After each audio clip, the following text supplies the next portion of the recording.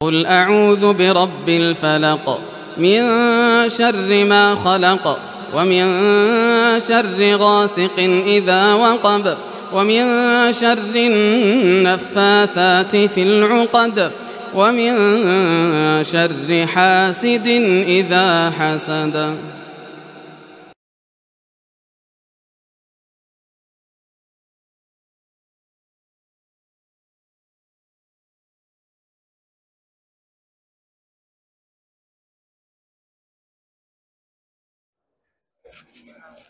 إن الحمد لله نحمده ونستعينه ونستغفره ونعوذ بالله من شرور أنفسنا ومن سيئات أعمالنا يضلل فلا هادي له وأشهد أن لا إله إلا الله وحده لا شريك له وأشهد أن محمدا عبده ورسوله أما بعد.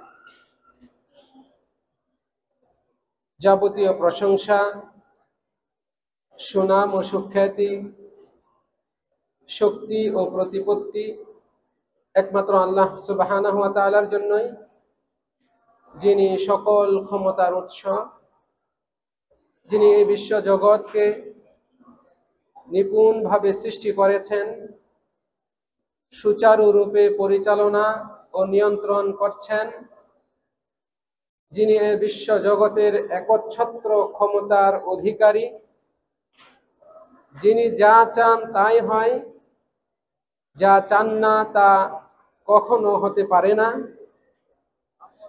তার ইচ্ছাই চূড়ান্ত ইচ্ছা। তিনি তার সৃষ্টিজীবের মধ্য থেকে মানব জাতিকে শ্রেষ্ঠত্ব দান করেছেন, সম্মানিত করেছেন, জলে স্থলে আরোহণ করিয়েছেন, হালাল স্বাস্থ্যসম্মত রিজিক দান করেছেন, সরল সঠিক পথ এবং পথভ্রষ্টতার যে দিকগুলো রয়েছে সেগুলো তিনি তার বান্দাদেরকে দেখিয়েছেন। আমি প্রশংসা করছি সেই মহান রব্বুল আলামিনের, যিনি তার বিশেষ দয়ায় আমাদেরকে আমাদের এই ক্ষুদ্র জীবনের কিছু সময় পবিত্র মদিনা মুনাওয়ারায় অবস্থান করে মসজিদে নববীতে সালাত আদায় সহ আরো অন্যান্য শ্রেষ্ঠ ইবাদতগুলো পালন করার তৌফিক প্রদান করেছেন। আলহামদুলিল্লাহ। অতঃপর দরুদ ও সালাম বর্ষণ হোক শেষ নবী, শ্রেষ্ঠ নবী মুহাম্মদ বিন আব্দুল্লাহ সাল্লাল্লাহু আলাইহি ওয়াসাল্লামের উপর, যার আদর্শই চূড়ান্ত আদর্শ, যিনি এ শরীয়তকে যেভাবে ব্যাখ্যা করেছেন সেটাই চূড়ান্ত এবং নির্ধারিত ব্যাখ্যা, এর বাইরে যাওয়ার আমাদের কোনো সুযোগ নেই। নবী মুহাম্মদ সাল্লাল্লাহু আলাইহি ওয়াসাল্লাম তার সুন্নতের মাধ্যমে, তার কথা ও কাজের মাধ্যমে আমাদেরকে যা শিখিয়েছেন, দেখিয়েছেন, অনুমোদন দিয়েছেন, সেগুলো অবশ্যই অবশ্যই আমাদের জন্য, এই উম্মতের জন্য অবশ্য পালনীয়। আল্লাহ তাআলা তার উপর, তার পরিবারবর্গ এবং সকল সাহাবীর উপর শান্তি, রহমত ও বরকত নাজিল করুন, আল্লাহুম্মা আমিন।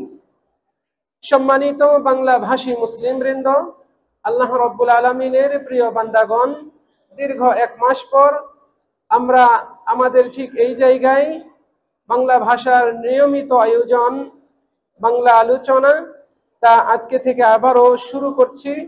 রব্বুল আলামিনের দরবারে আবারও শুকরিয়া আদায় করছি, যিনি আমাদেরকে এই মহৎ কাজ তারই সন্তুষ্টির নিমিত্তে পালন করার এবং সেটাকে বাস্তবায়ন করতে উদ্যমী হওয়ার, উদ্যোগ গ্রহণ করার তৌফিক প্রদান করেছেন। আলহামদুলিল্লাহ।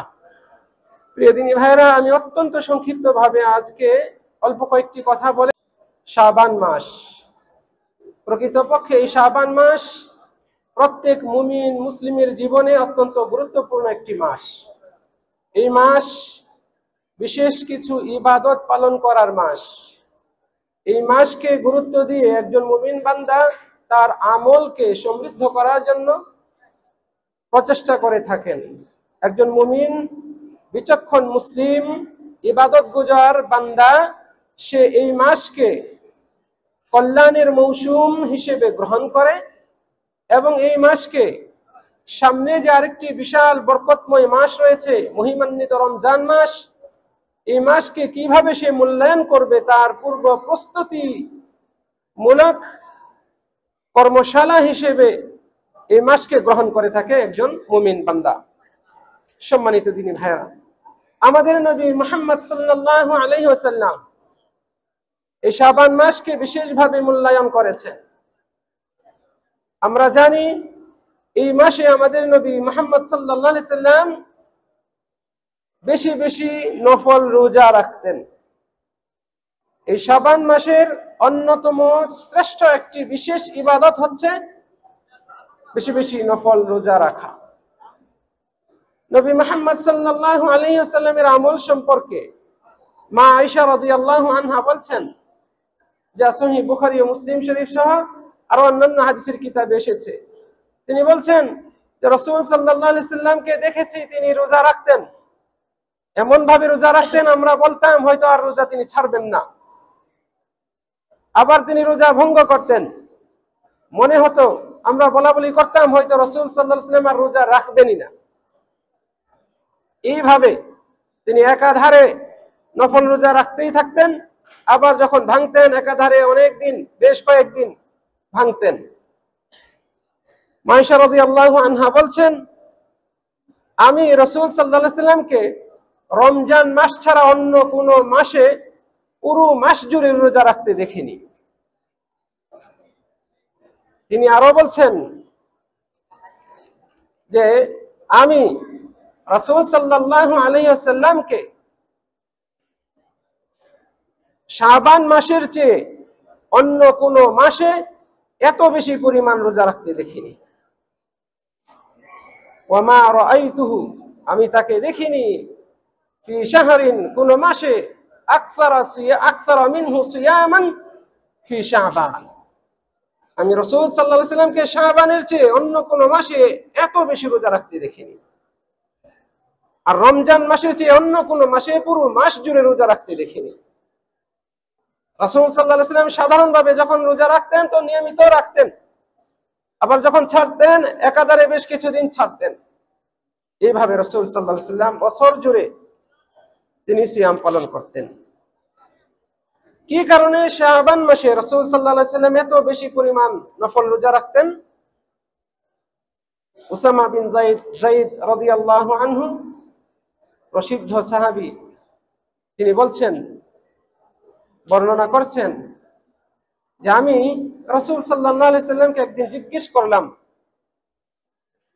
যে হে আল্লাহর রাসূল সাল্লাল্লাহু আলাইহি সাল্লাম, আপনাকে তো এই শাবান মাসে যত পরিমাণ রোজা রাখতে দেখি অন্য কোন মাসে এত রোজা রাখতে দেখি না, ঘটনা কি? রাসূল সাল্লাল্লাহু আলাইহি সাল্লাম বলছেন, যাকা শাহরুন ইয়াগফুলুন নাসু আনহু, এটা এমন একটা মাস যে মাস সম্পর্কে অনেক মানুষই উদাসীন থাকে। বাইনা রজব ওয়া রমাদান, এই মাসটি রজব এবং রমজানের মধ্যবর্তী একটি মাস। এই মাসে অনেক মানুষই উদাসীন থাকে, এই মাসে করণীয়, এই মাসে বিশেষ কিছু ইবাদত পালন করতে হবে এই ব্যাপারে উদাসীন থাকে।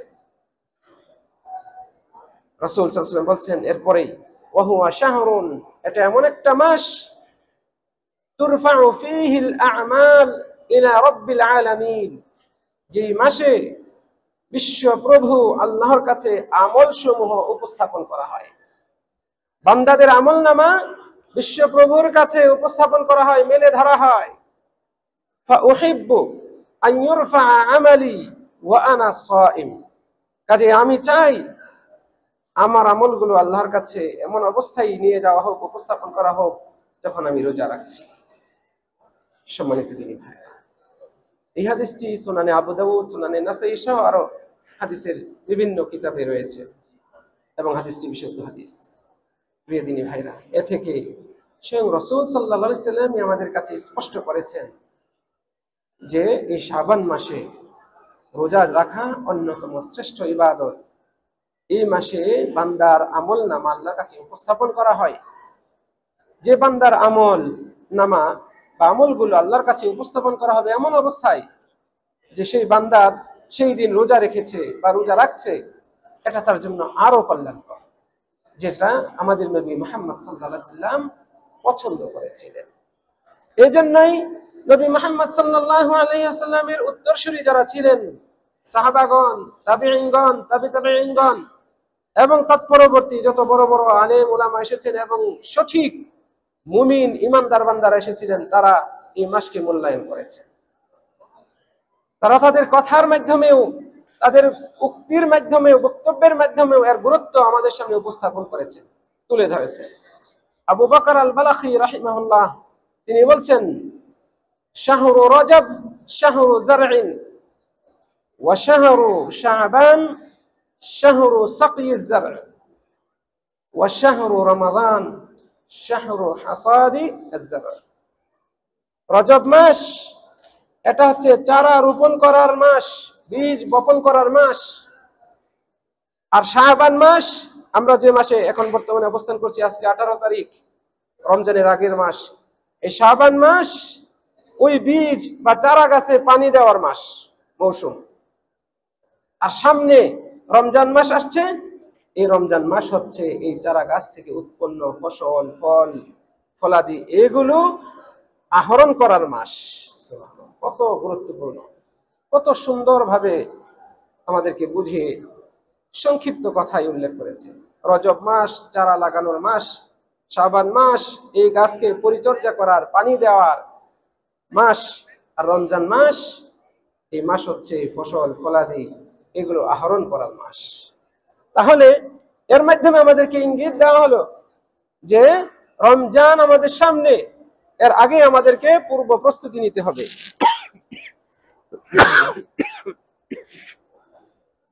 প্রিয় দিনী ভাইরা, কাজেই আমরা চেষ্টা করি এই মাসে, এই শাবান মাসে বেশি বেশি করে নফল রোজা রাখা, নফল সিয়াম পালন করা, কোরআন তেলাওয়াত করা, জিকির আজকার করা, বেশি বেশি নফল নামাজ পড়া। যে ইবাদতগুলো আমরা রমজান মাসে করব, বেশি বেশি করব, সেই ইবাদতগুলো এই মাসে বেশি বেশি করে আগে থেকে প্রস্তুতি গ্রহণ করে রাখি। আল্লাহ রাব্বুল আলামিন আমাদেরকে তৌফিক দান করুন। অত্যন্ত পরিতাপের বিষয়, আমরা আমাদের সমাজে মুসলমানদের মধ্যে এই বিষয়ে বিশাল বড় এক বিভ্রান্তি রয়েছে। শাবান মাস মানে শবে বরাত, শাবান মাস মানে 14 তারিখ দিবাগত রাত্রি, এই মাসে রোজা রাখতে হবে, এই দিন, এই মাসের এই দিনটিতে রোজা রাখতে হবে। এই যে একটা ভুল ধারণা মুসলিমদের মধ্যে রয়েছে, বস্তুত এই যে পূর্বে আলোচনা করলাম এগুলো হচ্ছে বিশুদ্ধ কথা। এইগুলো থেকে একজন মুসলমানকে ভিন্ন খাতে, ভিন্ন দিকে নেওয়ার জন্য, ভিন্ন আমলে অভ্যস্ত করতে এ চক্রান্ত করা হয়েছে। অথচ এই দিন, বিশেষ এই একটা দিনকে কেন্দ্র করে রোজা রাখার পক্ষে, অথবা ওই রাত্রি জাগরণ করে সারা রাত নফল নামাজ পড়ার পক্ষে একটা বিশুদ্ধ হাদিসও নেই। কোরআনের আয়াত তো দূরের কথা। অত্যন্ত পরিতাপের বিষয়, অনেকেই ওই রাত্রির ফজিলত বর্ণনা করতে গিয়ে কোরআনের একটি আয়াত দলিল হিসেবে উল্লেখ করেন, অথচ এটা চরমভাবে মূর্খতা, অজ্ঞতা ছাড়া আর কিছুই নয়, কোরআনের অপব্যাখ্যা ছাড়া আর কিছুই নয়। অনেকেই দাবি করে থাকেন যে সূরা দুখানে আল্লাহ রাব্বুল আলামিন যে কথাটি বলেছেন, ইন্না আনজালনাহু ফি লাইলাতিন মুবারাকাহ, নিশ্চয়ই আমি এই কিতাব কোরআনকে নাজিল করেছি একটি বরকতময় রাত্রিতে, যে রাত্রিতে ফিহা ইউফরাকু কুল্লু আমরিন হাকিম, প্রত্যেক প্রজ্ঞাপূর্ণ বিষয়ের ফয়সালা করা হয়, ভাগ করে দেওয়া হয়। এটার ব্যাখ্যায় অনেকেই দাবি করে থাকেন এটা হচ্ছে শাবান মাসের 14 তারিখ দিবাগত রাত্রি, অথচ এটা পরিপূর্ণভাবে কোরআনের খেলাফ, নবী সাল্লাল্লাহু আলাইহি সাল্লামের খেলাফ। এটা কোরআন সুন্নাহ তথা ইসলামের সাথে সাংঘর্ষিক মত। আল্লাহ রাব্বুল আলামিন কোরআন কোন মাসে নাজিল করেছেন, কোন রাত্রিতে নাজিল করেছেন, একেবারে স্পষ্টভাবে উল্লেখ করেছেন। শাহরু রমাদান আল্লাযী উনজিলা ফীহিল কুরআন, রমজান মাস যে মাসে কোরআন নাজিল করা হয়েছে। আর উপরের আয়াত, আগের আয়াতটিতে বলা হয়েছে নিশ্চয়ই আমি কোরআনকে নাজিল করেছি একটি বরকতপূর্ণ রাত্রিতে। আর এখানে আল্লাহ তাআলা বলছেন শাহরু রমাদান আল্লাযী উনজিলা ফীহিল কুরআন, রমজান মাস যে মাসে কোরআন নাজিল করা হয়েছে। তাহলে বরকতপূর্ণ রাত্রি কোন মাসে চলে আসে? এই দুইটা আয়াতকে যদি আপনি নিয়ে আসেন, এক আয়াতে বলা হলো রমজান মাসে কোরআন নাজিল হয়েছে, আরেক আয়াতে বলা হলো বরকতপূর্ণ রাত্রিতে, বরকতময় রাত্রিতে কোরআন নাজিল করা হয়েছে। তাহলে বোঝা যাচ্ছে যে এই বরকতপূর্ণ রাত্রি হচ্ছে রমজান মাসে। আল্লাহ রাব্বুল আলামিন একটা সূরা নাজিল করেছেন, যে রাত্রিতে কোরআন নাজিল করেছেন সেই রাত্রির নাম দিয়ে লাইলাতুল কদর, সূরাতুল কদর। আমরা জানি সূরা আল কদর, ইন্না আনজালনাহু ফি লাইলাতিল কদর। নিশ্চয়ই আমি এটাকে তথা কোরআনকে নাজিল করেছি কদরের রাত্রিতে। লাইলাতুল কদর, কদরের রাত্রিতে আমি নাজিল করেছি। আপনি কি জানেন লাইলাতুল কদর কি? লাইলাতুল কদর 1000 মাসের চেয়ে উত্তম। এইভাবে আল্লাহ রাব্বুল আলামিন বর্ণনা করেছেন। আমাদের মধ্যে দ্বিমত নেই, মুসলমানদের মধ্যে দ্বিমত নেই যে লাইলাতুল কদর এটা রমজান মাসে। লাইলাতুল কদর রমজান মাসের শেষ দশকে, লাইলাতুল কদর বিশেষ করে রমজান মাসের শেষ দশকের বেজর রাত্রিগুলোতে। তাহলে স্পষ্ট হয়ে যায় যে কোরআন থেকে শবে বরাতের পক্ষে যে দলিল দেওয়া হয় এটা সম্পূর্ণ ভ্রান্তি ছাড়ার কিছু নয়, অজ্ঞতা ছাড়ার কিছুই নয়। প্রিয় দিনী ভাইয়েরা, আমরা রোজা রাখবো শাবান মাসের পুরো মাস জুড়ে। আমরা আমাদের সাধ্য মতো চেষ্টা করবো। আপনাকে আমাকে পুরো মাস জুড়ে একাধারে রাখতে হবে এমন নয়। আপনি একদিন রাখেন, আরেকদিন ভাঙ্গেন, একদিন রাখেন, 2 দিন 4 দিন ভাঙ্গেন, অথবা বেশি করে রাখেন, একদিন 2 দিন ভাঙলেন। আপনি আপনার সাধ্য মতো আপনি রোজা রাখুন, কিন্তু একটি দিনকে কেন্দ্র করে আপনি রাখবেন, এটা সপক্ষে বিশুদ্ধ কোনো প্রমাণ পাওয়া যায় না।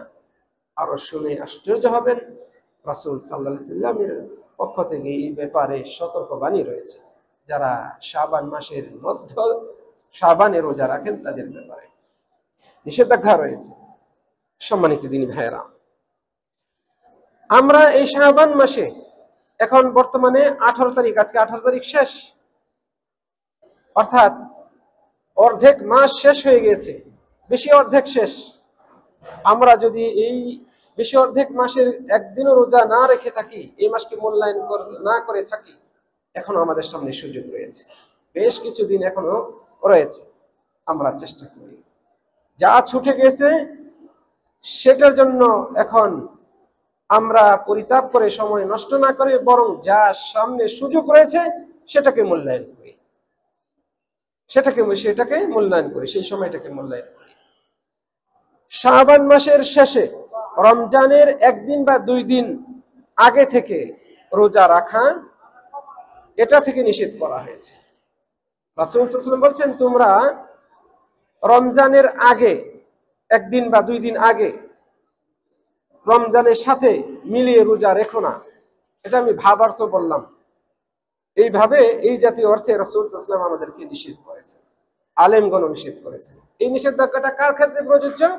মুহাদ্দিসিনগণ, ফুকাহে কেরাম তারা ব্যাখ্যা করে বলেছেন, যারা এই শাবান মাসের শুরু থেকে এই শেষ পর্যন্ত মূল্যায়ন করে নাই, কোনোদিন রোজা রাখে নাই, এখন রমজান শুরু হবে তার আগের দিন অথবা তার 1 দিন বা 2 দিন আগে থেকে সে রোজা রাখতে চায়, যাতে করে এখন রমজানকে একেবারে রমজানের সাথে মিলিয়ে সে রোজা রাখবে, শাবানের শেষ 1 দিন বা 2 দিন সহ। এই ব্যক্তির ক্ষেত্রে রাসূল সাল্লাল্লাহু আলাইহি ওয়াসাল্লাম নিষেধ করেছেন, নিষেধাজ্ঞা। যে আগে করে নাই এখন শেষে এসে শেষ দিন এসে রোজা রাখতে চাচ্ছে, তার ব্যাপারে সতর্ক করা হয়েছে। তবে হ্যাঁ, যে ব্যক্তি আগে থেকে রোজা রেখে আসছেন, নফল রোজা করে আসছেন, তিনি চাইলে শাবান মাসের শেষ দিনও রোজা রাখতে পারবেন, তাতে কোনো বাধা নেই। প্রিয় দিনী ভাইরা, আমরা যে ইবাদত পালন করি না কেন, আমরা যে আনুগত্যমূলক সৎ কাজ পালন করি না কেন, এটা আমাদের নবী মুহাম্মদ সাল্লাল্লাহু আলাইহি ওয়াসাল্লামের সুন্নাত অনুপাতে হতে হবে। মন গড়া ইবাদত করলে দুনিয়ার মানুষ সেটাকে ভালো বললেও যদি তা কোরআন এবং সুন্নাহ সম্মত না হয়, তাহলে সেই ইবাদতের কোনো ভ্যালু নেই আল্লাহর কাছে। সেই ইবাদত আল্লাহর কাছে পৌঁছবে না। সেই ইবাদত ওই ইবাদত পালনকারীর কাছেই আল্লাহ তাআলা ফেরত দিয়ে দিবেন। ফাহুয়া রাদ্দুন, রাসূল সাল্লাল্লাহু আলাইহি ওয়াসাল্লাম বলছেন ফাহুয়া রাদ্দুন, এই আমলটি পরিত্যাজ্য হবে। কার কাছে পরিত্যাজ্য হবে? যে ব্যক্তি আমল করেছে তার কাছে পরিত্যাগ করা মানে ফেরত দেওয়া হবে। আল্লাহ তাআলা পরিত্যাগ করবেন, ফেরত দিয়ে দিবেন, তোমার আমল তুমি নিয়ে নাও। মান আমিলা আমালান লাইসা আলাইহি আমরুনা, যে ব্যক্তি এমন আমল করলো যে আমলের পক্ষে আমাদের নির্দেশনা নেই, রাসূল সাল্লাল্লাহু আলাইহি ওয়াসাল্লাম বলছেন।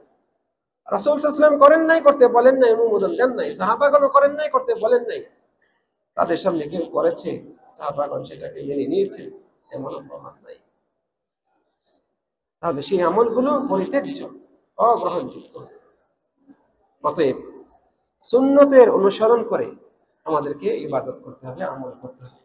নবী সাল্লাল্লাহু আলাইহি ওয়াসাল্লামের সুন্নতের বাইরে গিয়ে আপনি আমি যতই আবেগ দিয়ে ভালো নিয়তে আমল করি না কেন, সুন্নতের খেলাফ হওয়ার কারণে সেই আমলটি আল্লাহর জন্য হলেও আল্লাহ তাআলা সেটা গ্রহণ করবেন না। আবারও বলছি, অত্যন্ত মারাত্মক একটি কথা। সুন্নতের বাইরে গিয়ে আপনি যে আমল করেন না কেন, সেটা যদি আল্লাহর জন্যই করেন, আল্লাহর ওয়াস্তেই করছেন, ইখলাসের সাথেই করছেন, কিন্তু সুন্নত সম্মত না, আমাদের নবী সাল্লাল্লাহু আলাইহি ওয়াসাল্লাম করতে অনুমোদন দেন নাই, করেন নাই, আপনি করতেছেন, আল্লাহর জন্যই করতেছেন, আবেগ দিয়ে করতেছেন, সওয়াবের আশাতেই করতেছেন, তবু এই আমলটি আল্লাহ তাআলা গ্রহণ করবেন না। ভালো করে মনে রাখবেন এই কথাটি।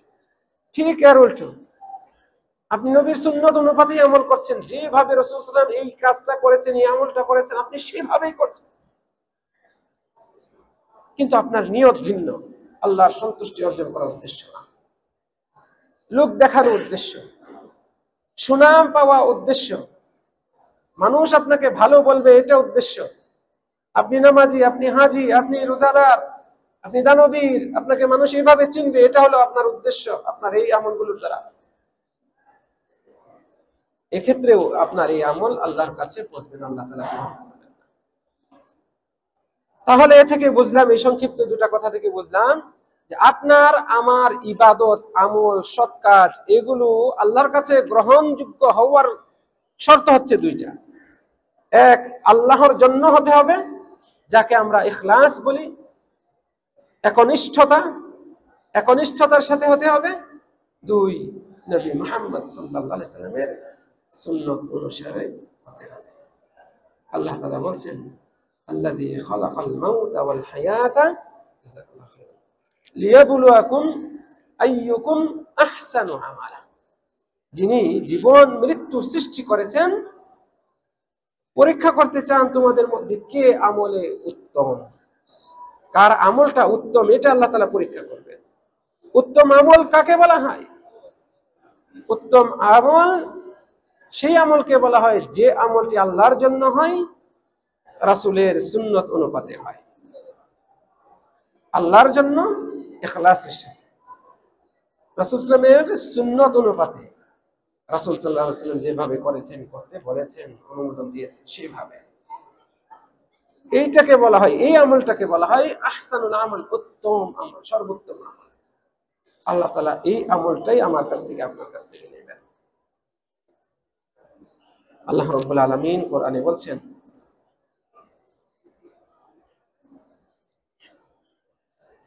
ওয়ামা উমিরু ইল্লা লিয়াবুদুল্লাহ মুখলিসিনা লাহু, তাদেরকে আদেশ করা হয়েছে তারা যেন আল্লাহর ইবাদত করে দ্বীনে একনিষ্ঠ হয়।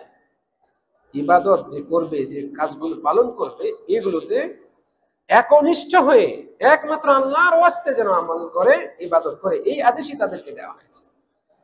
আল্লাহ তাআলা তার নবীকেও এই আদেশ দিয়েছেন, ফা'বুদিল্লাহা মুখলিসান লাহু, তুমি আল্লাহর ইবাদত করো দ্বীনে একনিষ্ঠ হয়ে, কেবল আল্লাহর জন্যই ইবাদত করো।